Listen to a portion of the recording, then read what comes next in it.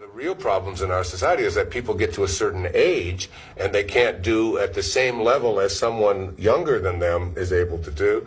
Then that's when they have thoughts of depression and anxiety and worry and fear, and they go off to, they find themselves swallowing a lot of medication and so on just to deal with that. And suicide rates really go way up as people get into their 50s and 60s and realize that they can't do what somebody else behind them is doing, or that you get left behind.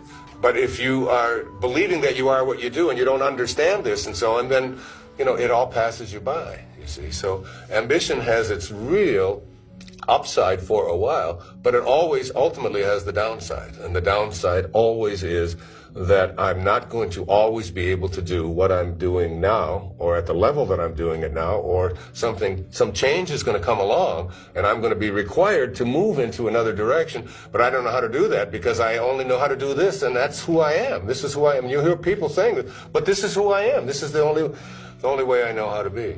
So that's the second aspect of the ego, with ambition, is that we are taught this. And this isn't just a mild kind of influence that's on young people it's almost like a conspiracy.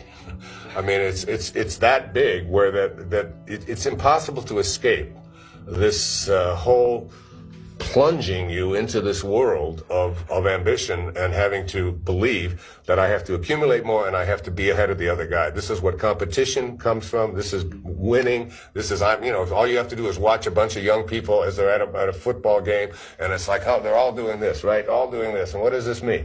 We're number one. We're number one. We're number one. Everybody out there has to be number one. We have to compete. We have to be better than somebody else. We have to accomplish and so on. And when we don't, we're depressed and we're hurt and we're, and full of anguish, and we have riots and all kinds of craziness, all on this business of ambition.